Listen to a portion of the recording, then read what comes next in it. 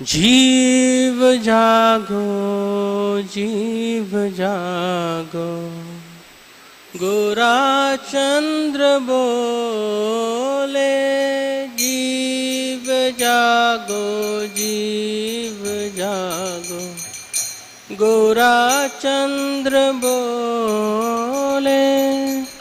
कोथा निद्रा जाओ माया, पिशाचीर कोले।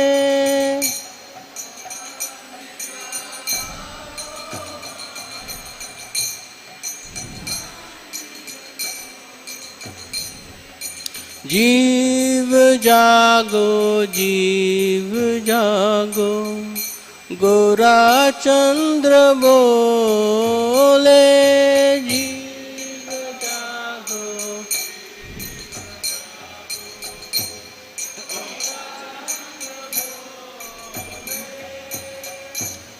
भजीबा बोलिया ऐसे संसार बितारे। भजिया बोलिबा ऐसे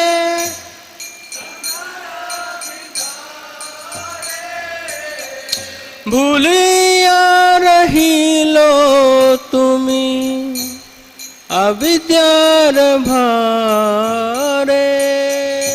भूलिया रहिलो तुमी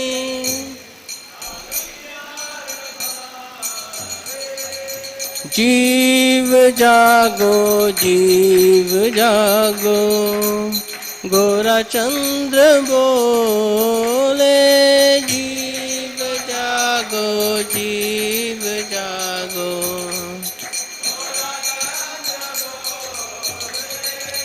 कत निद्रा जाओ माया, पिशाचीर कोले। कत निद्रा जाओ माया,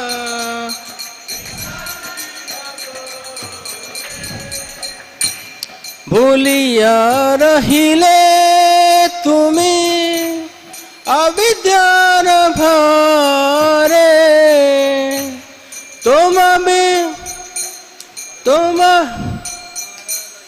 तुम्हारा लईते आमी हईनु अवतार।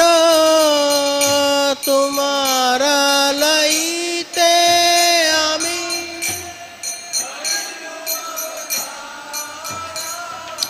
आमी बिना बंधु आर के आछे तुम्हारा।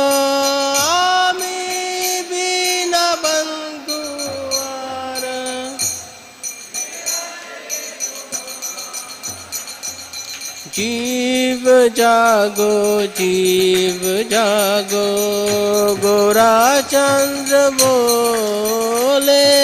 जीव जागो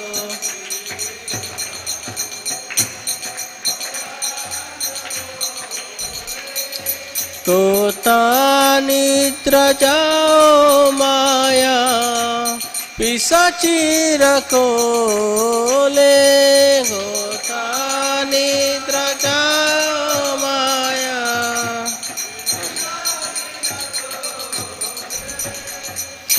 এনেছি ঔষধি মায়া, নাশিবার লাগি।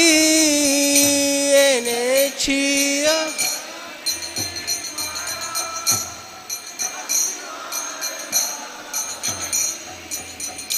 हरि नाम महामंत्र, लो तुमी मांगी।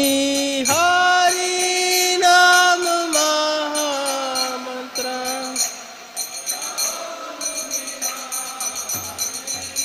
जीव जागो जीव जागो, गोरा चंद्र बोले।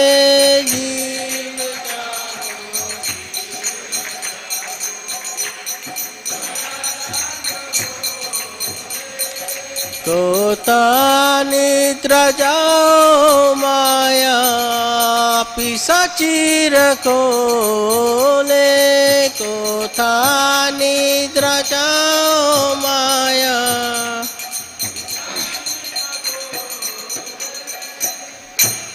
भक्ति विनोदा प्रभु चरणे पड़िया भक्ति विनोदा प्रभु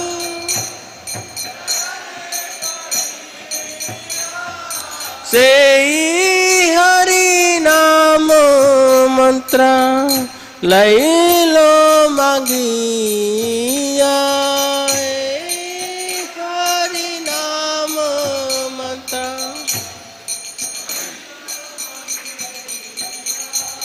जीव जागो गोरा चंद्र बोले जीव जागो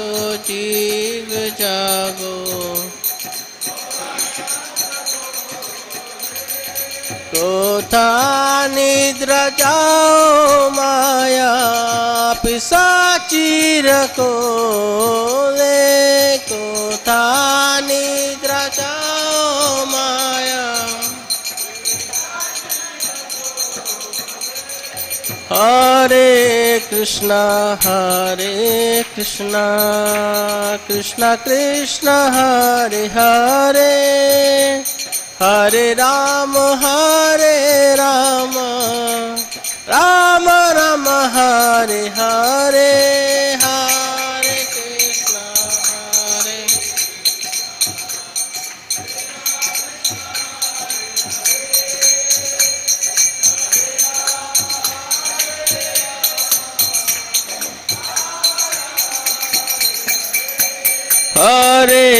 कृष्णा हरे कृष्णा कृष्णा कृष्णा हरे हरे हरे राम राम राम हरे हरे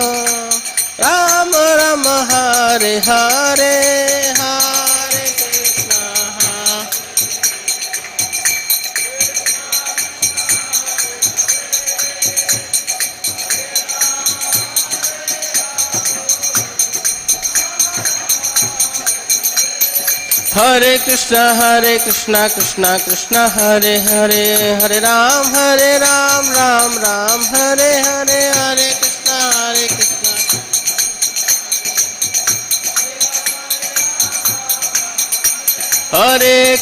हरे कृष्णा कृष्णा कृष्णा हरे हरे हरे राम राम राम हरे हरे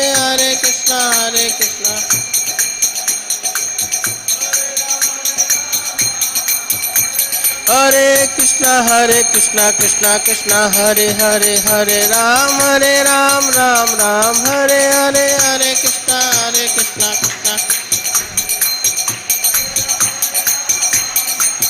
जय राधा माधव ललिता विशाखा जय राधा माधव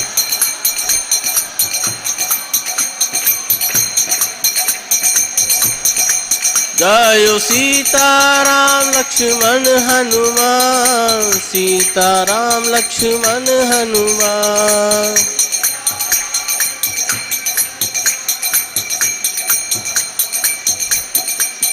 जय गौरानिताय जय गौरानिताय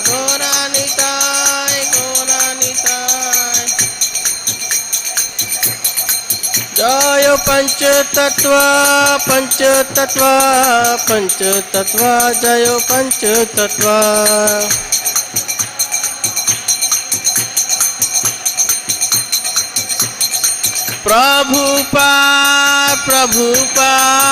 प्रभुपाद जय प्रभुपाद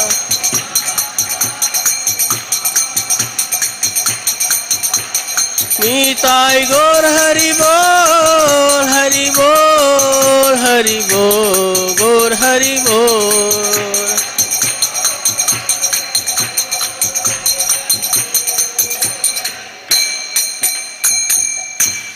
जय विष्णुपाद परमहंस परिव्राजकाचार्य अष्टोत्तर श्री श्री भक्तिवेदांत स्वामी श्रील प्रभुपाद की जय।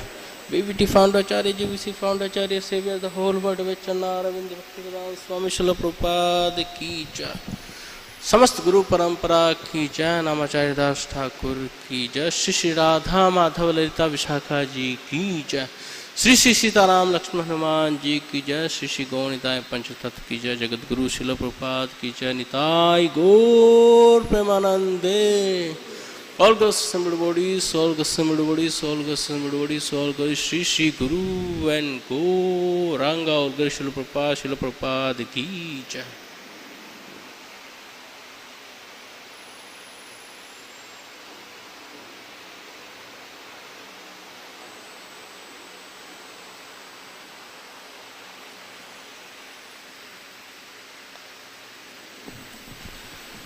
ओम नमो भगवते वासुदेवाय।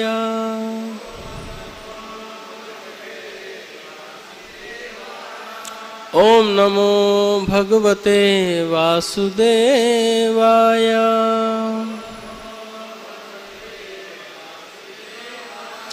ओम नमो भगवते वासुदेवाय।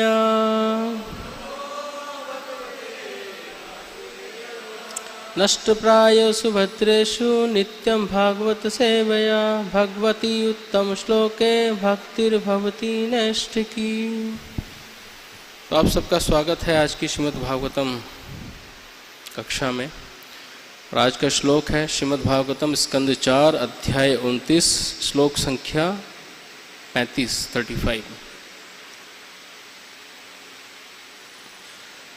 अर्ते ही अविद्यमाने अपि संसर्ति न निवर्तते मनसा लिंगरूपेण स्वप्ने विचरतो यथा। अर्ते ही अविद्यमाने अपि संसर्ति न निवर्तते मनसा लिंगरूपेण स्वप्ने विचरतो यथा। अर्थे ह्य अविद्यमाने अपि संसर्ति न निवर्तते मनसा लिंगरूपेण स्वप्ने विचरतो यथा।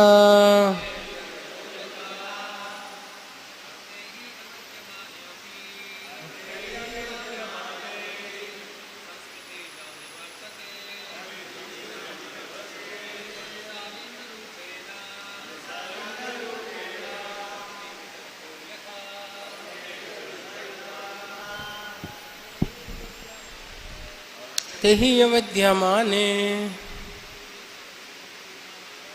अपि संसर्ति न निवर्तते मनसा लिंगरूपेण स्वप्ने विचरतो यथा।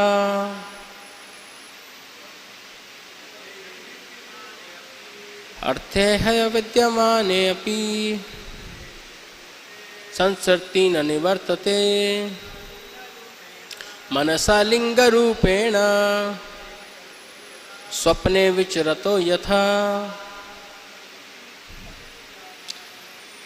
अर्थे ही अविद्यमाने अपि संसर्ति न निवर्तते मनसा लिंगरूपेण।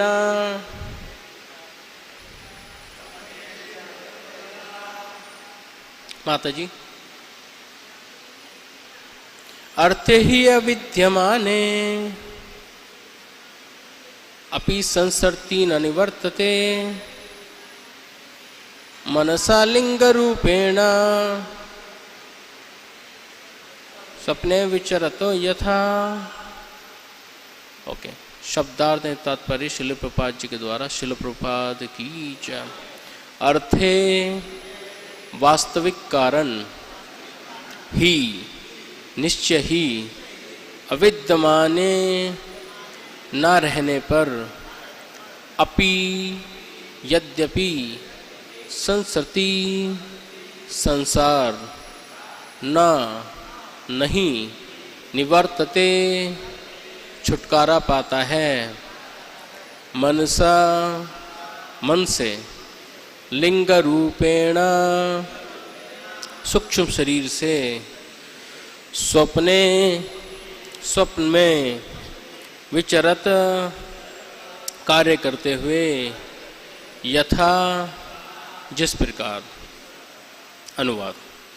कभी कभी हमें इसलिए कष्ट होता है क्योंकि हमें स्वप्न में शेर या सर्प दिखाई देता है, सांप दिखाई देता है, किंतु वास्तव में वहाँ पर ना तो शेर होता है ना सर्प होता है। इस प्रकार हम अपनी सूक्ष्म अवस्था में कोई परिस्थिति उत्पन्न कर लेते हैं और उसके परिणामों को भोगते हैं। इन कष्टों का निवारण तब तक नहीं हो सकता जब तक कि हमें अपने स्वप्न से जग नहीं जाते, जब तक हम अपने स्वप्न से जग नहीं जाते। तात्पर्य।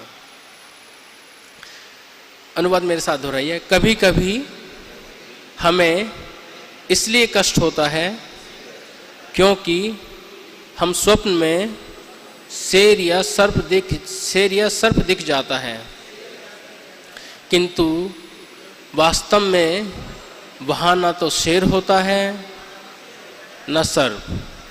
इस प्रकार हम अपनी सूक्ष्म अवस्था में कोई परिस्थिति उत्पन्न कर लेते हैं और उसके परिणामों को भोगते हैं।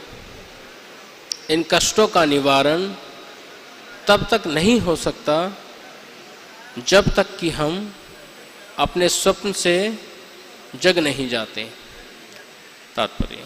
जैसा कि वेदों का कथन है, जीव सदैव सूक्ष्म तथा स्थूल दोनों प्रकार के शरीरों से पृथक रहता है। हमारे सारे कष्ट भौतिक इन शरीरों के कारण हैं। हमारे सारे कष्ट भौतिक इन शरीरों के कारण हैं, भौतिक शरीरों के कारण होना चाहिए। भगवद गीता के दूसरे अध्याय के 14वें श्लोक में इसकी व्याख्या की गई है। मात्रा स्पर्शास्तु कौन्तेय शीतोष्णो सुख दुःखदा आगाम पायनो नित्या तांस तदक्षस्व भारत। हे कुंती पुत्र, सुख तथा दुख का अस्थायी प्राकट्य है और फिर उनका अदृश्य होना शीत तथा ग्रीष्म ऋतु के प्राकट्य तथा उनके प्रस्थान के समान है। हे भारत, वे इंद्रियों एवं विषयों के संयोग से उत्पन्न होते हैं और मनुष्य को चाहिए कि अविचल भाव से उन्हें सहन करना सीखे। इस प्रकार श्री कृष्ण ने अर्जुन को बताया कि सारे शारीरिक कष्ट आते जाते रहते हैं। मनुष्य को चाहिए कि इन्हें सहन करना सीखे। हमारे सारे कष्टों का कारण यह संसार है, क्योंकि एक बार भौतिक स्थिति से छूट जाने पर हमें फिर से कष्ट नहीं उठाने पड़ते। इसलिए वेदों की शिक्षा है कि मनुष्य यह वास्तव में समझे कि वह पदार्थ नहीं है अपितु ब्रह्म है। अहम ब्रह्म अस्मि। यह समझ तब तक नहीं आ पाती जब तक कोई ब्रह्म कर्म अर्थात भक्ति में प्रवृत्त नहीं हो पाता। भौतिक स्थिति से छुटकारा पाने के लिए मनुष्य को कृष्ण भावनामृत अपनाना आवश्यक है और वही एकमात्र उपचार है। ओम अज्ञानतिमिरान्धस्य ज्ञानाञ्जनशलाकया चक्षुरुन्मिलितं येन तस्मै श्रीगुरुवे नमः। श्रीचैतन्यमनोभीष्टं स्थापितं येन भूतले स्वयं रूपः कदा मह्यं ददाति स्वपदान्तिकं। वन्देऽहं श्रीगुरु श्रीयुतापदकमलं श्रीगुरुन् वैष्णवांश श्रीरूपं साग्रजातं सहगण रघुनाथं वितं तं सजीवं साद्वैतं सावधूतं परिजनसहितं कृष्णचैतन्यदेवं श्रीराधा कृष्णपादान् सहगण ललिता श्रीविशाखावितांश।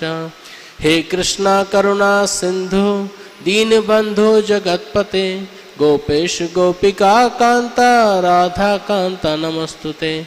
तप्त कांचन गौरांगी श्री राधे वृंदावनेश्वरी वृषभानुसुते देवी प्रणमामि हरिप्रिये। वाञ्छाकल्पतरुभ्यश्च कृपा सिन्धुभ्येव च पतितानां पावनेभ्यो वैष्णवेभ्यो नमो नमः। जय श्री कृष्ण चैतन्य प्रभु नित्यानंद श्री अद्वैत गदाधर श्रीवासादि गौर भक्त वृंद। हरे कृष्णा कृष्णा कृष्णा हरे हरे, हरे राम राम राम हरे हरे। नमो विष्णुपादाय कृष्ण पृष्ठाय भूतले श्रीमते भक्तिवेदांत स्वामीति नामिने। नमस्ते सरस्वते देवे गौरवाणी प्रचारिणे निर्विशेष शून्यवादी पाश्चात्य देश तारिणे।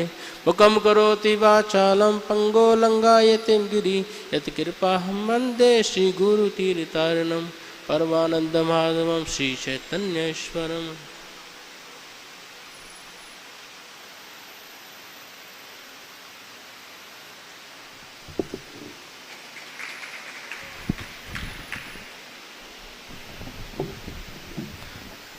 हरे कृष्णा। तो आप सबका स्वागत है आज की प्रातःकालीन श्रीमद् भागवतम कक्षा में। और विशेष रूप से रसालपू जी और अन्य वरिष्ठ वैष्णवों से प्रार्थना करूंगा। पीछे से देख रहे होते तो अलग लगता है, सामने से हो तो बड़ा तो प्रार्थना करेंगे पूजी आशीर्वाद दें ताकि इस ब्रॉड सब्जेक्ट मैटर के ऊपर कुछ बोल सकें। तो आप सभी वैष्णवों से प्रार्थना है कि अपनी शुद्धिकरण के लिए, आपकी प्रसन्नता के लिए, बहुत कम समय मिला था इस लेक्चर को प्रिपेयर करने के लिए। तो कुछ भी अगर अच्छा हो तो भगवान की कृपा है, अगर गलत हो तो मेरा अपना फॉल्ट होगा। हरे कृष्णा।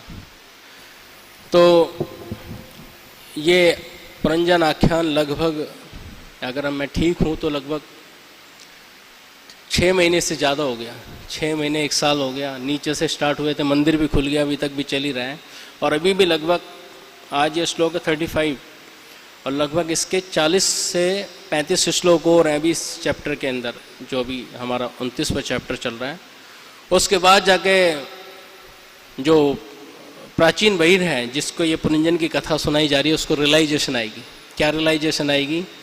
ऐसे रियलाइजेशन आएगी कि परचेतास का वेट भी नहीं करेगा, जो पुत्र गए हुए हैं उनका वेट भी नहीं करेगा, अपने जो मंत्री हैं राज्य के उनको आदेश दे देगा और पूरी तरह से विरक्त हो जाएगा। लेकिन विरक्ति आने से पहले पूरा टेस्ट लिया है नारद मुनि का। नारद मुनि जब एक्सपर्ट प्रीचर, तो उन्होंने पूरा पुरंजन का आख्यान सुनाया। अब उसको कितनी बार हम 1 साल में 6 महीने रिपीट कर चुके हैं, तो सभी को याद हो गया कि पुरंजन का मतलब क्या है। तो मैं उस मतलब पे तो नहीं जाऊंगा, लेकिन एक पूरा आख्यान, पूरा रूपक सुनाया और उसके बाद स्टूडेंट ने बोल दिया मुझे समझ में नहीं आया। वो सोचो 1 साल की पूरी प्रीचिंग और काउंसलिंग बोला कि मुझे समझ में नहीं आया, प्रीचिंग फेल। फिर से दोबारा से पेशेंस, प्रीचर का पेशेंस, उसको फिर से दोबारा से एक स्टोरी और सुना रहे हैं अलग तरीके से फिर से, ताकि उसको समझ में आ जाए। तो डिफरेंट स्ट्रेटजी श्रील प्रभुपाद जी के साथ भी यही था। जब गए थे तो एक स्ट्रेटजी नहीं चलती थी तो दूसरी नहीं तो तीसरी, ऐसे बताते हैं 10 तरह की स्ट्रेटजी उनके पास थी। तो ये होता है कि समय के साथ व्यक्ति को देख के प्रीच करना चाहिए, कैसी ऑडियंस है, और वही इसके साथ हो रहा है। लेकिन एक ही ऑडियंस पे अलग अलग तरह की स्ट्रेटजी लगाई जा रही हैं। तो आज का जो टॉपिक है वो रहेगा सहनशीलता के ऊपर। ये 2 श्लोक प्रमुखता वर्णन हुए हैं 34, 35। तो पिछले श्लोक में भी नारद मुनि ने कहा था, स्वप्न अवस्था को बता रहे हैं कि अज्ञान के कारण व्यक्ति अपनी स्वप्न अवस्था में रहता है और उससे छुटकारा, ऐसे स्वप्न से छुटकारा तब तक नहीं मिल सकता जब तक वो कृष्ण चेतना को जागृत ना कर ले। और आज के श्लोक में भी यही वर्णन आ रहा है कि इन कष्टों का निवारण तब तक नहीं हो सकता जब तक वह अपने सपने से जाग ना जाए। तो आज हम इन श्लोक पर चर्चा करेंगे। वैसे तो स्वप्न अवस्था का कोई अपना अस्तित्व नहीं है, स्वप्न की जो अपनी कोई सत्ता नहीं होती, लेकिन कुछ जगह पे इसकी सत्ता भी है।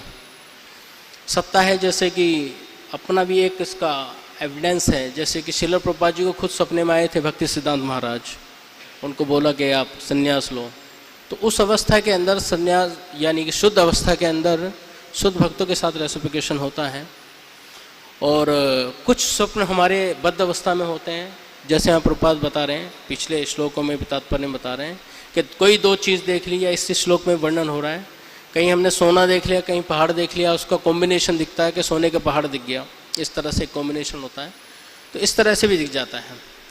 लेकिन एक होता है जैसे कि अभी पितृपक्ष चल रहा है, पितृपक्ष में भी जो जिन जीवों को शरीर नहीं मिल पाते, प्रेत योनि बोलते हैं या भूत योनि बोलते हैं, वो भी सपने में आते हैं, या पितृ भी सपने में आते हैं, क्योंकि उनके पास कोई माध्यम नहीं है रेसिपिकेट करने के लिए, इसलिए उनको कोई ना कोई रेसिपिकेशन के लिए या तो किसी शरीर के द्वारा वो रेसिपिकेट करेंगे या फिर सपने के द्वारा रेसिपिकेशन करेंगे। श्री श्री राधा माधव ललिता विशाखा जी की जय, श्री श्री सीताराम लक्ष्मण हनुमान जी की जय, श्री श्री पंच तत्व की जय, श्रील प्रभुपाद की जय।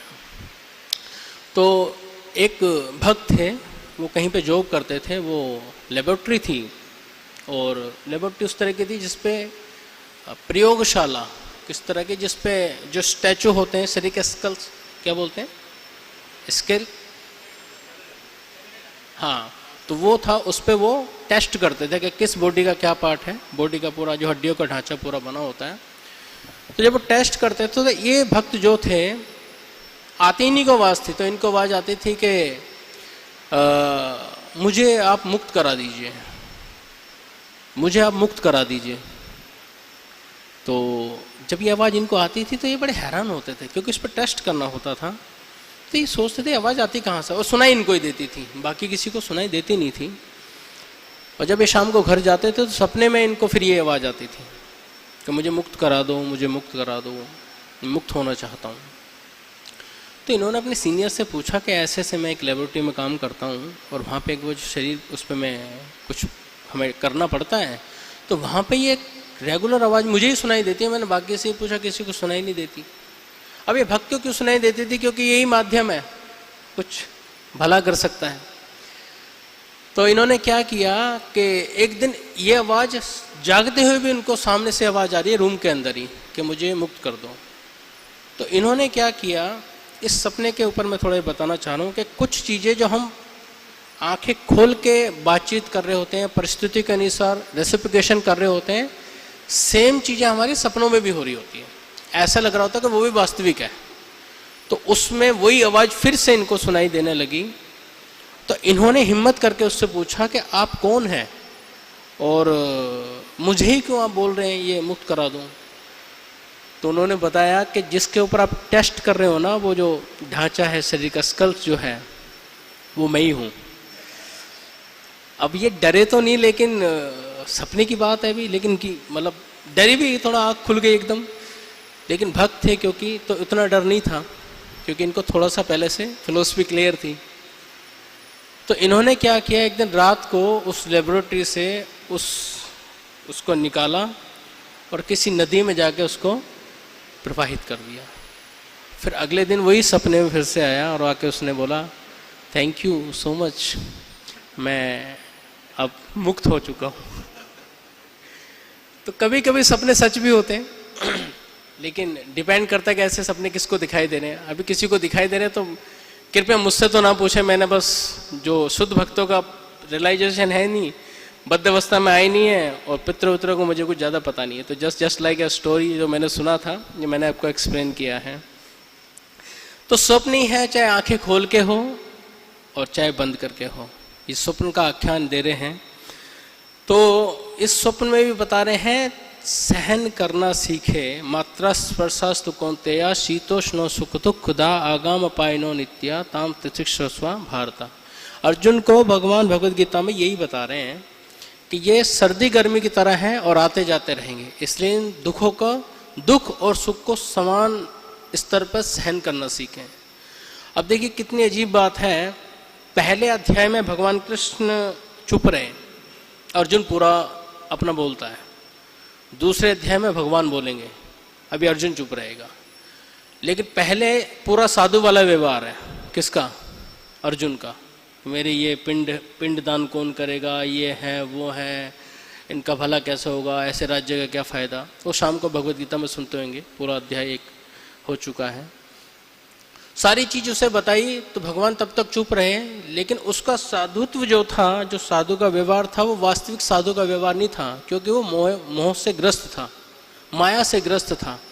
अब उसको उस माया से निकालने के लिए भगवान भगवद गीता के दूसरे अध्याय को पूरा बताते हैं, एलोबरेटरी पूरा एक्सप्लेन करते हैं। मात्र स्पर्श कौन्तेय देहिनस्मै यथा देहम और नैनम छिद्यन्ते शस्त्राणि न जायते वित्वे कदाचित् न भूत्वा भविष्यति। बहुत सारे श्लोक हैं जो आत्मा के ऊपर ही हैं।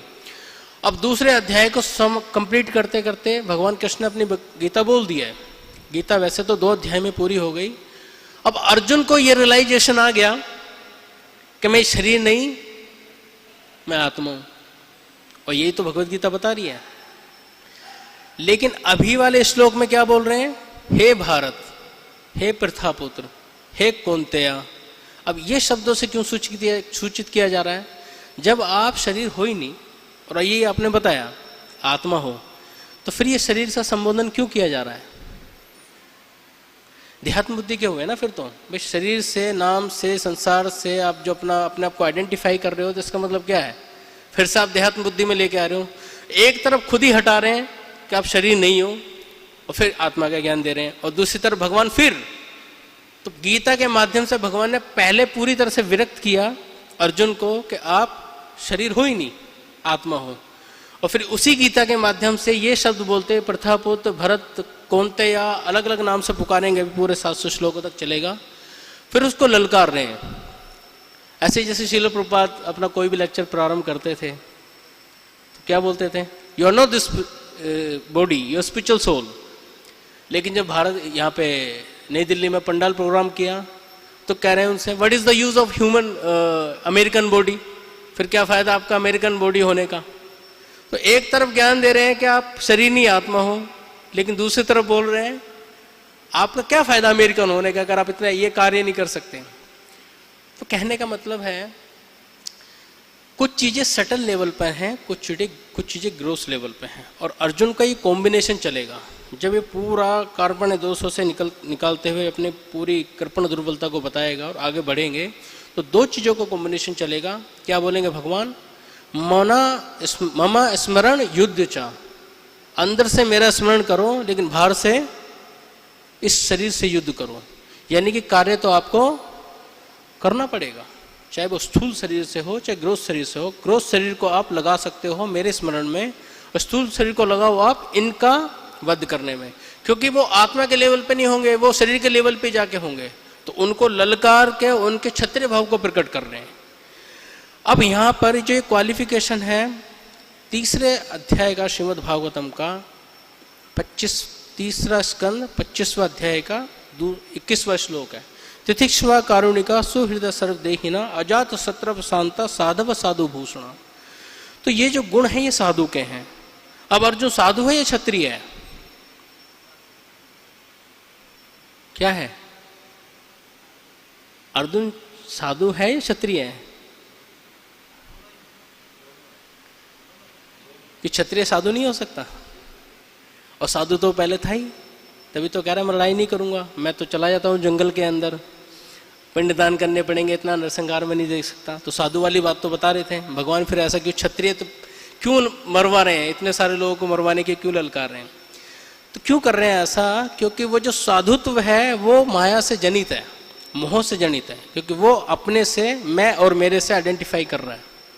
लेकिन वास्तविक साधुता क्या है वो उसको भी पता नहीं है। इस तरह से भगवान का स्मरण करते हैं, क्योंकि भगवान अब युद्ध कराएंगे तो असली साधुओं के लक्षण बता रहे हैं। तो बताए तितिक्ष्वा कारुणिका। तो साधु के गुण बताए हैं कि साधु के गुण होते हैं कि एक गुण उनमें से सहनशील, जिसके ऊपर आज हम चर्चा करेंगे। वो सहनशील होता है, और साधु भगवान का भक्त होता है। भक्त होगा, सहनशील होगा, और उसका कार्य है लोगों के पास जा जाकर द्वार द्वार पर, मतलब डोर टू डोर जाके वो लोगों को प्रीच करेगा। क्यों प्रीच करेगा? क्योंकि जब तक किसी के अंदर कृष्ण भक्ति जागृत नहीं हो सकती, उसके मनुष्य के जीवन नष्ट हो जाएगा। उसको जागृत करने के लिए नारद मुनि प्राचीन बहिर को यह आदेश दे रहे हैं, और उनके माध्यम से हमें बता रहे हैं कि जब वो द्वार द्वार पे जाते हैं तो उनको बहुत सारा, इस तात्पर्य को और बहुत लंबा तात्पर्य आप पढ़ सकते हैं, उसमें कह रहे हैं कि बहुत कुछ सहना पड़ता है उसको। तो सहना पड़ता है बाहरी रूप से भी और आंतरिक रूप से भी, लेकिन सहन करने से होता क्या है, उस व्यक्ति का उद्धार होता है जिसको प्रीच कर रहे हैं। अब इसको भी सही रहे हैं, पहले मैं रिजेक्ट कर दिया, समझ में नहीं आया, दोबारा फिर सहना है, पूरा बताना है। तो इस तरह से तो बिना भगवान की भक्ति का मनुष्य जीवन नष्ट हो जाता है। तो साधु ये जानता है, इसलिए साधु द्वार द्वार पर जाते हैं और कृष्ण भक्त बनो, दुष्ट बुद्धि त्यागो, और इसके लिए प्रचार करते हैं। लेकिन फिर भी जो लोग दुष्कृतिनों, मूढ़ा, नराधमा, 4 तरह के लोग बताए गए, ये फिर भी इस भक्ति को स्वीकार नहीं करते। सहनशीलता क्यों आवश्यक है, कैसे होती है, आज हम इसके ऊपर कुछ चर्चा करेंगे। तो शिला प्रभुपाद से प्रयाग फार्मेसी में एक भक्त थे या एक उनके शुभचिंतक थे, वो आए और उन्होंने पूछा कि भगवान के धाम जाने के लिए, भव बंधन से मुक्त होने के लिए आपके पास कोई फॉर्मूला है, कोई औषधि है?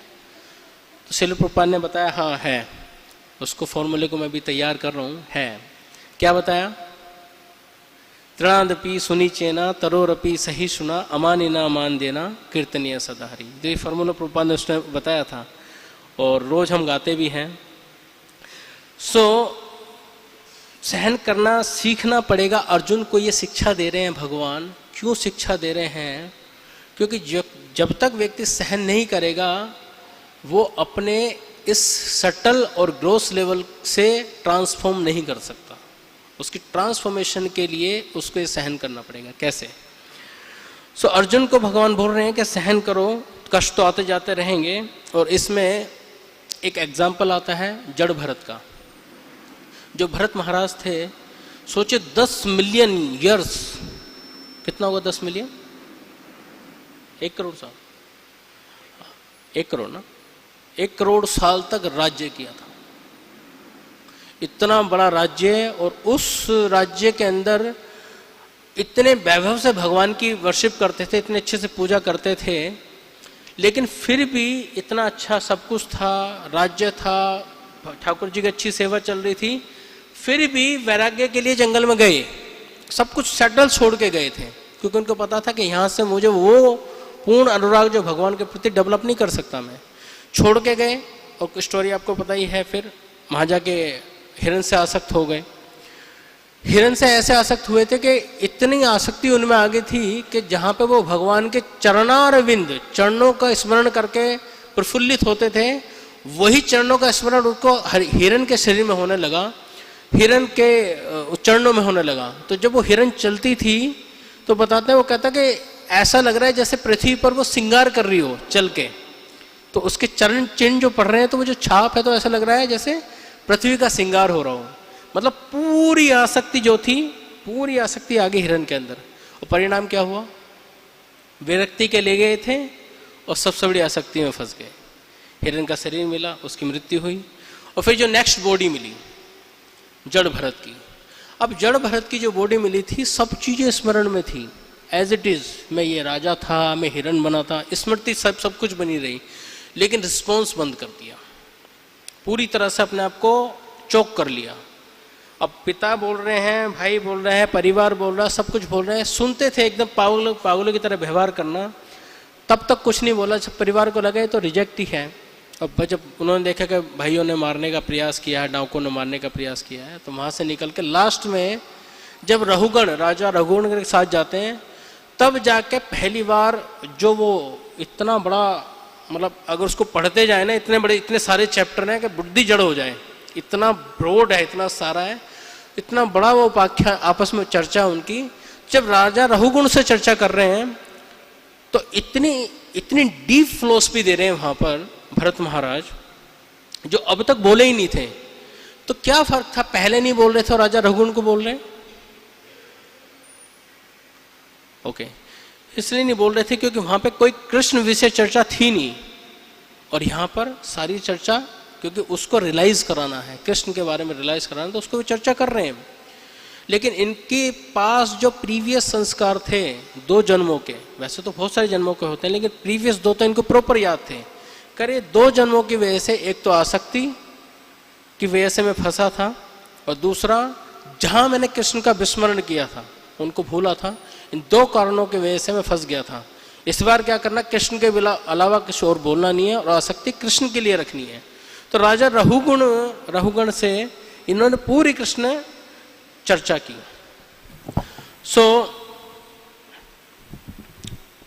इसलिए जो अपना मुख था सिर्फ कृष्ण के लिए खोलते थे, क्योंकि सारी चीजें इनके याद थी। तो हमारे पास जो सपने आते हैं, जैसे कि यहाँ वर्णन हुआ है, 3 चीजों की वजह से सपने होते हैं।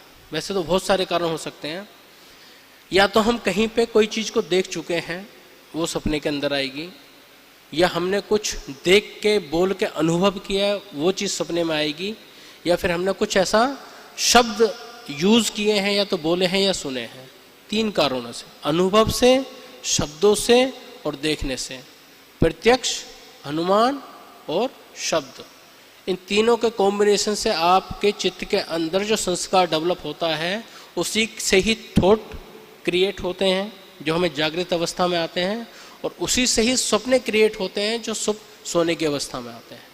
तो इस तरह से वो, अब क्योंकि एक्ट नहीं कर सकता सोने के टाइम पे, तो वो सपने के रूप में एक्ट करेंगे थॉट, लेकिन वो अलग अलग तरीके से, या तो कहीं सुना होगा, या तो कहीं देखा होगा, या तो कहीं अनुभव किया होगा, उसी का कॉम्बिनेशन आता है, और उसका कॉम्बिनेशन अलग अलग हो सकता है।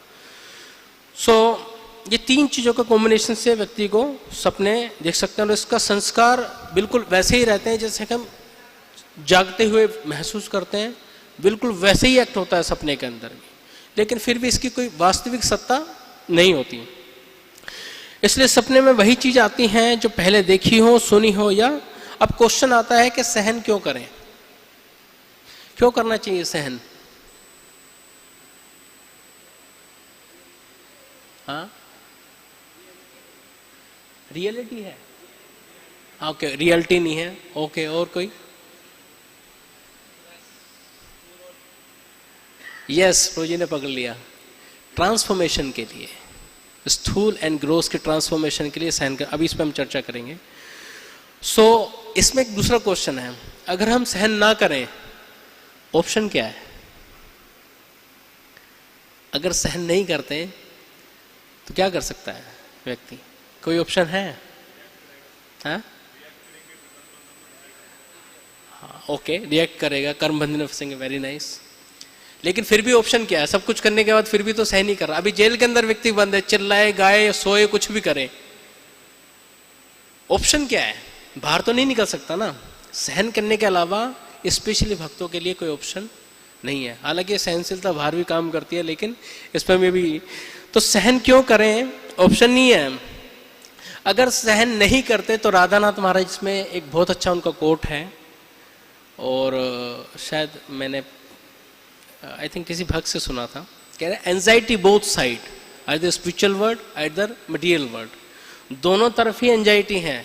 अगर आप एंजाइटी लेते हो भौतिक जगत की, तो आप वहां पे और फंसते चले जाओगे। अगर आप एंजाइटी लेते हो आध्यात्मिक जगत की, तो यहां से निकलते चले जाओगे। तो सहन तो दोनों अवस्था में करना ही है, चॉइस हमारी है, क्योंकि हमारे पास कोई और ऑप्शन सहन करने के अलावा ऑप्शन नहीं है। लेकिन चॉइस हमारे पास क्या है, ये वाली, कि हम स्पिरिचुअली इसको सहन करें। इससे होगा क्या? अगर हम सहन करते हैं तो इससे एक चीज बड़ी अच्छी होती है, और एक्सपीरियंस भी होगा, खासकर जो सहन करते हैं, आध्यात्मिक बल बहुत बढ़ता है इससे। सहन करने से आध्यात्मिक शक्ति बहुत प्रबल होती है। तभी महाप्रभु ने बोला, तृणादपि सुनिचेना तरोरपि सही सुना, अमाने न मान देना कीर्तने सदा दे। सहन करने से हमारा ट्रांसफॉर्मेशन तो हो ही रहा है, इसके साथ साथ इस चेतना को, यानी कि हमारी चेतना को उठने में यह सहनशीलता उसे पुश करती है, उठाने में मदद करती है, उसे पुश करती है नीचे से। और जितना व्यक्ति सहन करता है उतना उसका आध्यात्मिक बल बढ़ेगा, और आध्यात्मिक बल जितना बढ़ेगा उतना ही वो धार्मिक सिद्धांतों के अनुसार एक्ट कर सकता है, उतना ही वो अच्छा जप कर सकता है, जो भी धर्म के प्रिंसिपल हैं वो उतना ही अच्छा कर सकता है। क्योंकि कोई विकल्प नहीं है, और क्योंकि हमारे पास एक अच्छी चीज क्या है कि हमारे पास ऑप्शन भी कुछ नहीं है, और हमारे पास एक अच्छी गुड न्यूज क्या है कि सहन करना इसलिए भी जरूरी है क्योंकि हम यहाँ के प्रोडक्ट ही नहीं है। प्रोडक्ट है ही नहीं, मतलब जो जीवात्मा वो इस संसार की है ही नहीं, यानी कि मैटर से, जो प्रभुपाद इसमें लिख रहे हैं, मैटर से पृथक समझना पड़ेगा।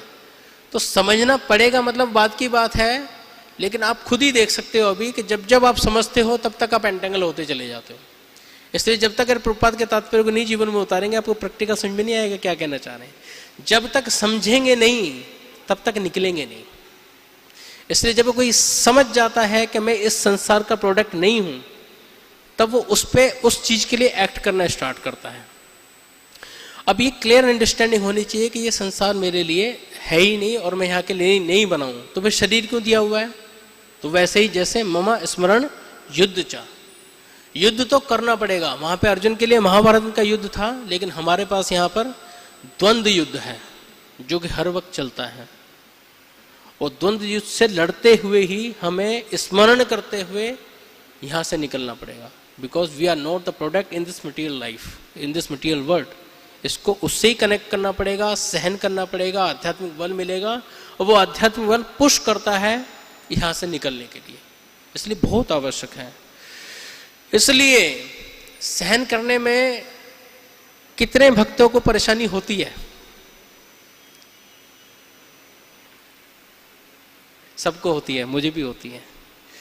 सहन करने में बहुत कठिनाई होती है, लेकिन ये सहन करने से बहुत बड़ी कठिनाइयों से व्यक्ति बच जाता है। बहुत बड़ा प्रिंसिपल है। इंद्रियों को निग्रह करने से, मनों को निग्रह करने से आदमी को कठिनाई होगी, परेशानी होगी, लेकिन आप देखो जहां जहां पे इंद्रिय निग्रह, मनो निग्रह, इनको रोका होगा, परेशानी तो हुई है, लेकिन कितनी ऐसी परेशानियों से व्यक्ति बच जाता है जो कि पुरंजन नहीं बच पाया। अभी देखो, उस बुद्धि को सिर्फ पत्नी बनाया इसने, उसको बेटी भी बनाया जा सकता है, उसको माँ भी बनाया जा सकता है, उसको बहन भी बनाया जा सकता है। कौन बना रहे हैं? पितामह भीष्म कह रहे मेरी एक पुत्री है, क्या बोलते हैं, मति, इसको मैं भगवान कृष्ण के साथ इसी शादी करना चाहता हूँ। तो जब भोग वासना से व्यक्ति खुद के लिए यूज करता है तो फंसेगा, लेकिन जब कृष्ण के लिए यूज करेगा तो बचेगा। इसलिए इंद्रियों को निग्रह करने से परेशानी है, लेकिन फिर भी ये इतनी बड़ी परेशानी से बचा सकता है। और उस परेशानी से बचने के लिए श्रील प्रभुपाद जी बता रहे हैं कि हमारे सारे कष्टों का कारण यह संसार है, क्योंकि एक बार भौतिक स्थिति से छूट जाने पर हमें फिर से कष्ट नहीं उठाने पड़ेंगे। इसलिए वेदों की शिक्षा है कि यह मनुष्य वास्तव में समझे कि वह पदार्थ नहीं है।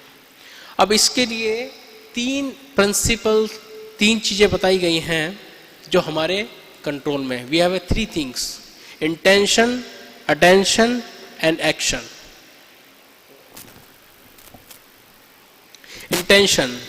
इंटेंशन मतलब है कि ये अंदर से मनोवृत्ति होनी चाहिए, नो मोर बर्थ, दोबारा जन्म लेना ही नहीं है, complete our business in this very life. Prabhupada कहते हैं कैसे भी करके इस जीवन में अपने जीवन को पूर्ण कर लो भक्ति से। तो ये पहली इंटेंशन होनी चाहिए कि मैं उसी तरह से इस पर एक्ट करूं। I am the servant of God, और उनको पाने के लिए मुझे सहन करना पड़ेगा, क्योंकि मैं वो, प्रभु जी बता रहे थे रुक्मिणी कृष्ण, मैं वो सेवक हूँ। कौन सा सेवक हूँ? अवज्ञाकारी सेवक हूँ, जिसने कृष्ण को भुलाया है। उनको फिर से याद करने के लिए आपको सहन करना चाहिए, पहला प्रिंसिपल।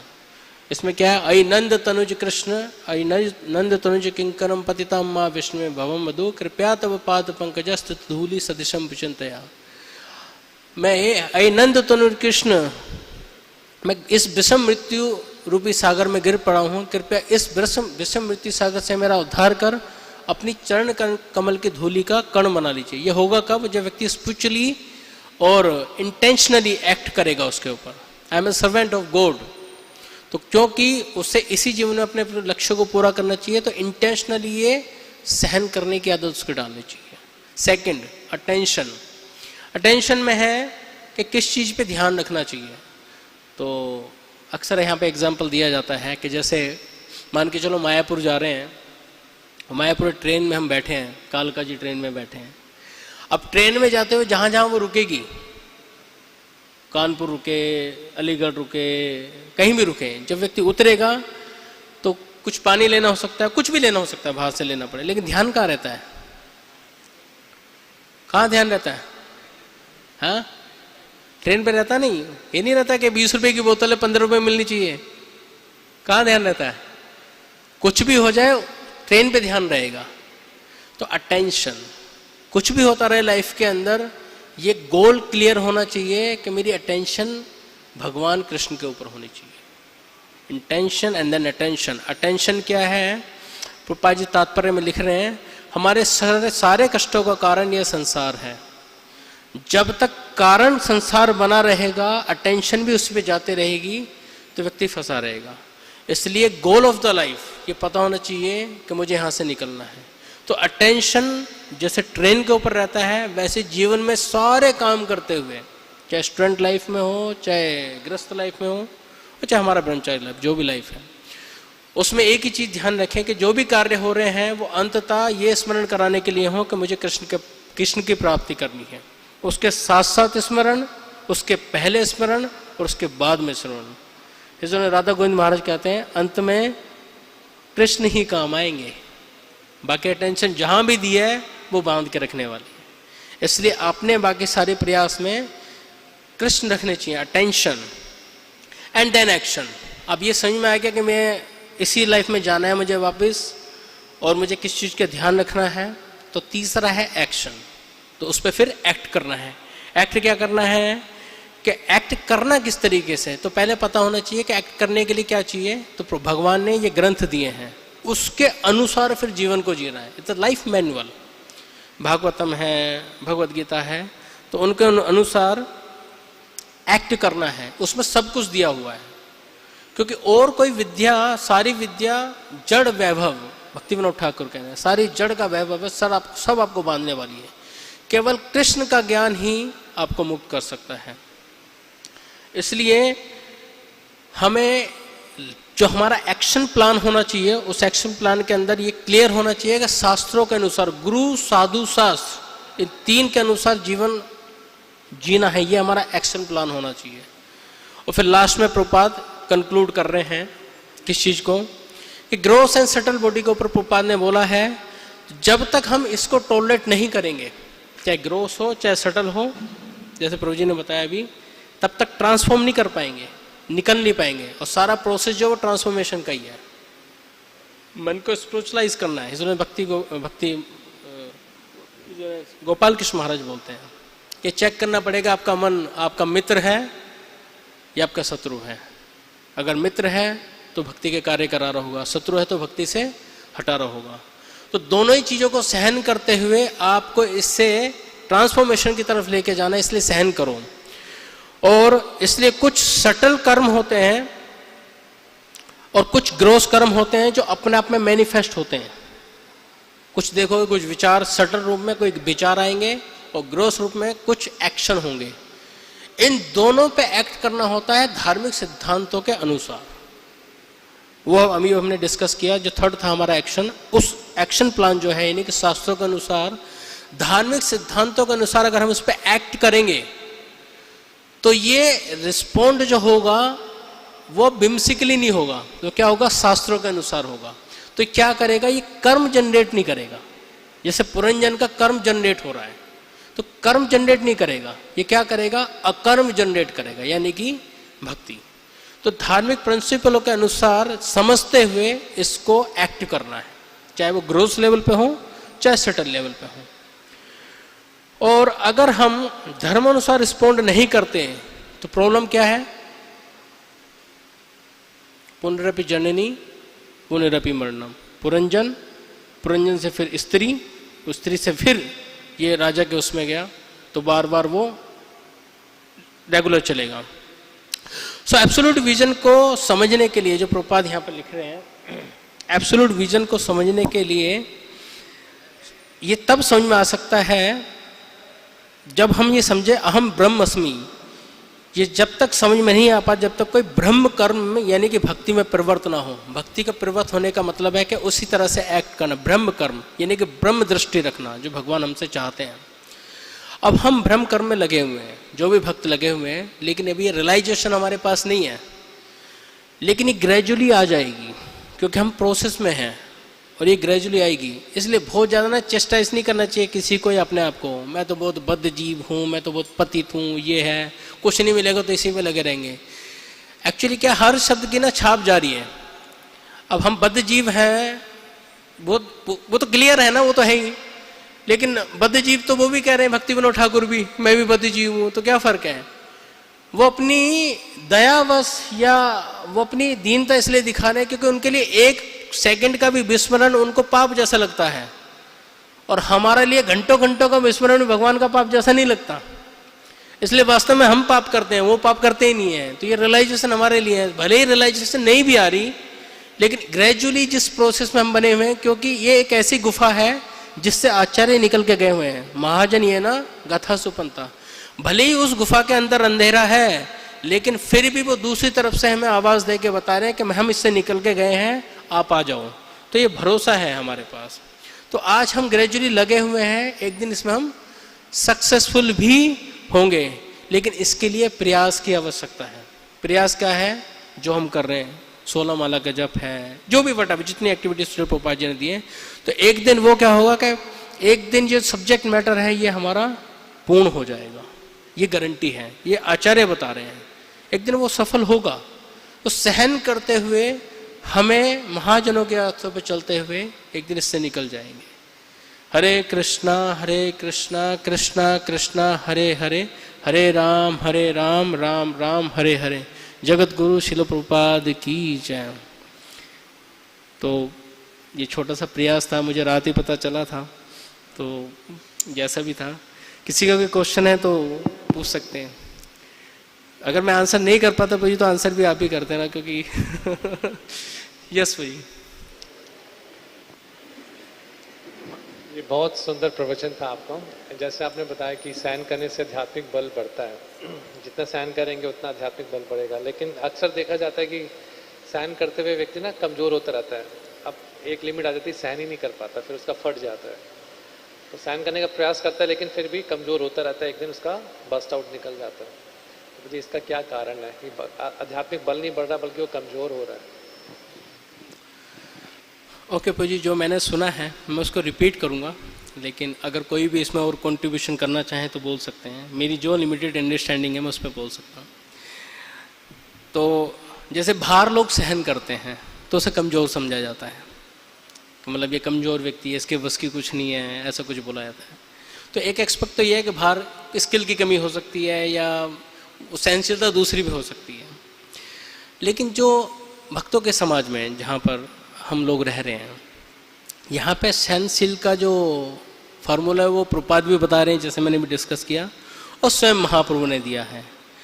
लेकिन अब प्रभु जी का क्वेश्चन है कि सहनशील होते हुए आध्यात्मिक बल बढ़ नहीं रहा और व्यक्ति और उल्टा, मतलब उसके जो पॉजिटिव इफेक्ट आने चाहिए वो नेगेटिव आते जा रहे हैं। तो एक चीज़ तो क्लियर है कि सहनशीलता का मतलब है कि जब अपने लिए कोई चीज़ हो, अपने लिए का मतलब है कि जब अपने ऊपर कोई चीज़ आए तो उसे सहन कर सकता है।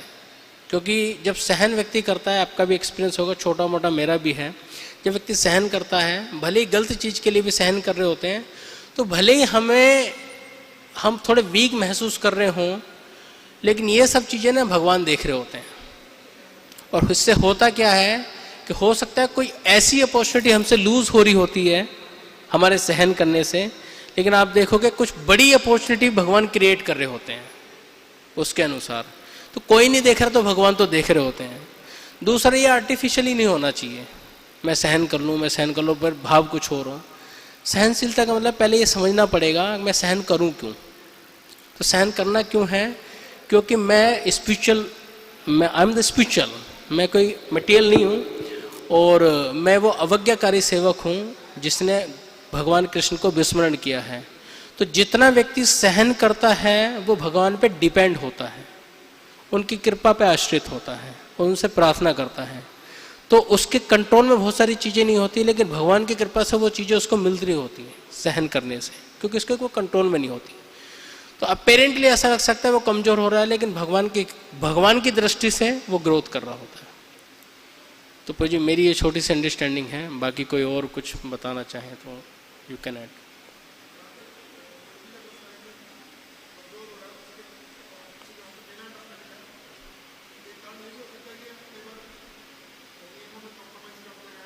कि हमें पता नहीं चलता कि गलतियां हो रही होती हैं। जैसे हम बाहर का ठीक है भगवान को भोग लगा दिया, खा लिया, या झूठे कूठे का इत्यादि नहीं करते, किसी को ऑफेंड कर दिया, हमें नहीं मालूम पड़ रहा लेकिन सामने वाला फील कर रहा है, तो उनका भी कारण होता है। अदरवाइज जो शास्त्र वचन है कि अगर आप सहन कर रहे हैं तो आध्यात्मिक बल बढ़ेगा, तो बढ़ेगा ही बढ़ेगा। कहीं ना कहीं हमारी कमजोरियां हैं जिसके कारण ये नहीं होता। एक लाइन में भी एक बार प्रभु जी के प्रवचन में सुने थे, सहनशीलता जो स्पिरिचुअल क्वालिटी होती है और उसमें फिर आपको अंदर से वो ऐसा नहीं होगा, अगर हो रहा है तो सहनशीलता नहीं है तो फिर बात कर लें, इससे अच्छा अंदर घूरते रहे बात कर ले। बट अगर सहनशीलता इट्स स्पिरिचुअल क्वालिटी और फिर अंदर से वो ऐसा नहीं होता है, डिटर्मिनेशन के साथ करेगा तो। मैंने एक जगह सुना था कि कभी कभी भक्त भगवान शब्द नहीं सुनते, कभी कभी सहनशीलता सुन लेते हैं, तो भगवान इस पर कृपा कर देते हैं, ठीक है आपका ये लूज हुआ है, आपके लिए ये लो, बेस्ट लो। ओके भाई, मेरा थोड़ा सा ये था बाकी। Yes yes yes, Bhagavatam is the discussion subject matter. एक लाइन मेरे को भी बोलना था। बेसिकली मेरे को जो समझ में आता है कि सहनशीलता जब अंडरस्टैंडिंग के बिना की जाती है वैसे ही, तो वो एक दबाव सा लगता है कि मुझे कोई दबा रहा है या मैं अपने आप को दबा रहा हूँ, तो दैट इज़ लाइक सेल्फ को हैम्पर करना, वो सहनशीलता नहीं है। सहनशीलता ऊंचे उद्देश्य के लिए जब आप कॉन्शियसली आप एंडेवर करते हैं तब जाके आप वो स्पिरिचुअल ग्रोथ देगा। अदरवाइज वो सहनशीलता तो जैसे कि दूसरी कंट्री आपके ऊपर वॉर तमोगुण में चली जाएगी, तो स्पिरिचुअल अंडरस्टैंडिंग नहीं, बट एक समझ है मेरे को जो समझना है। Thank you. ये स्वर्ण में question. Thank you very much, बहुत अच्छा बताया आपने। तो जी जैसे कि आपने बीच में बताया था कि सभी जीवों को मतलब कि अपने धर्म के अनुसार, अपने शास्त्रों में जो धर्म बताए उसके अनुसार चलना चाहिए, मगर वास्तविकता का धर्म क्या है? मतलब कि ऐसे तो बहुत सारे धर्म है, कोई किसी भी धर्म को पालन करने लगा, तो एक जो जीव है उसके लिए वास्तविक धर्म क्या है? मध्य लीला 19वां चैप्टर 137वां प्यार कल ही पढ़ रहा था, तो वहीं बताया गया है वेद का मतलब है ज्ञान, वेद का अर्थ है ज्ञान, और सबसे बड़ा ज्ञान है, परम ज्ञान है भगवान के साथ अपना संबंध स्थापित करना। फिर विधि विधानों के साथ अपना जीवन जीना, ये धर्म है, भगवान की वाणी धर्म है। और फिर तीसरी चीज उसमें लिख रहे हैं प्रभुपाद, सवे पुंसा परो धर्मा यदो भक्ति अधोक्षजे, अधोक्षज की जो वाणी है, अधोक्षज के अनुसार ये भगवान के लिए कार्य करना, वो धर्म है। तो 3 एक्सप्लेनेशन उसके अंदर है, आप उसे पढ़ सकते हो। Yes bro.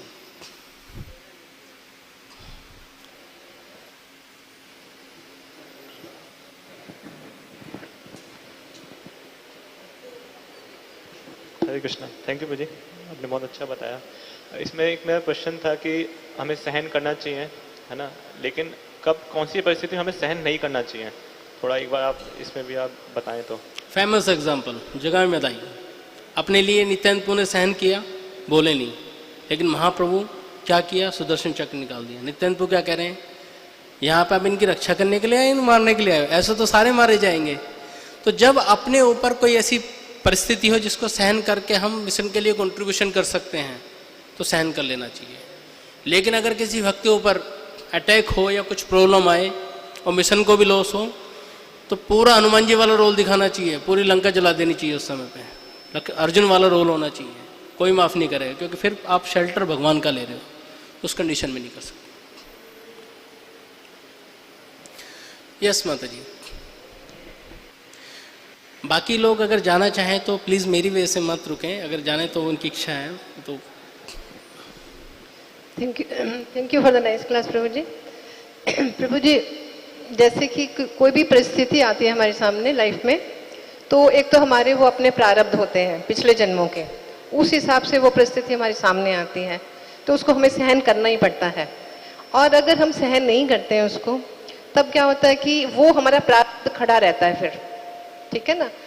और अगर हम सहन कर लेते तो वो एक तो हमारा प्रारब्ध कट जाता है वो सहन करने से।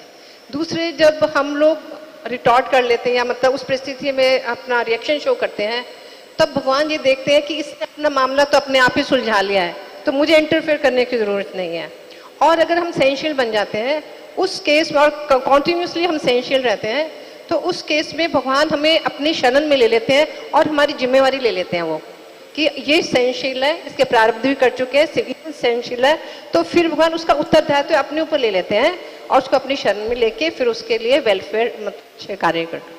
मेरी अंडरस्टैंडिंग प्रभु जी है सहनशीलता के लिए। अच्छा है माता जी। देखिए माता जी, अगर खाली ये बोल देंगे कि हम कुछ ना करें और भगवान ये कहते हैं कि आप इसने खुद ही सेटल कर लिया है, कोई भी कार्य अगर करना चाहिए तो ऐसा करना चाहिए मैं डूअर हूँ, और उसका रिजल्ट ऐसे ट्रांसफॉर्म करना चाहिए कि आई एम डिटैच्ड, मैं कुछ भी नहीं हूँ।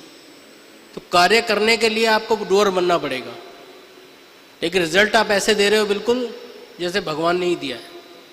तो दोनों अंडरस्टैंडिंग होनी चाहिए। खाली काम इस वजह से ना करें कि भगवान ये ना समझे ये खुद ही कर लेगा, करना पड़ेगा, तभी तो हम तभी तो कर्म योनि के अंदर है। कर्म योनि का मतलब क्या, करना पड़ेगा, लेकिन करना क्या है, वही चीज मना स्मरण युद्ध चाह करो भी, लेकिन मेरा स्मरण भी रखो और मुझे ट्रांसफर भी करो। कर्मण्यवादी का रास्ते, इस सारे श्लोक का पर्पस ये है, करोगे भी लेकिन ट्रांसफर भी मुझे करना है। लेकिन हाँ, परेशानी क्या है, आप कर्ता भी खुद ही मान रहे हो, रिजल्ट भी खुद ही ले रहे हो, फंस जाओगे। पर प्रभु जी कर्म तो हमें करना ही है, पर ये सहनशीलता की बात हो रही है ना, किस चीजों में हमने सहनशील बनना है। कर्म तो बिना कर्म किए तो कोई रह नहीं सकता। कर्म तो हमने, पर क्या कर्म करने हैं, भगवान के लिए कर्म करने हैं। माता जी कर्म करना है, लेकिन हम कर्म अकर्म वाला कर्म कर रहे हैं। हाँ, अकर्म कर्म करने ही है हमने।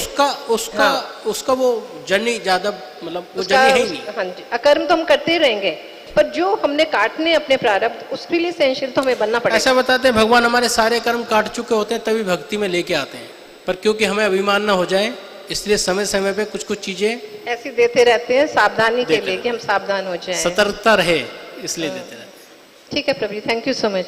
हरे कृष्ण। ओके, जगत गुरु शिल प्रपाद की जय, श्रीमद् भागवतम की जय। वांछा कल्पतरुभ्यश्च कृपा सिंधुभ्यश्च पतितनां पावनेभ्यो वैष्णवेभ्यो नमः। हरे कृष्ण।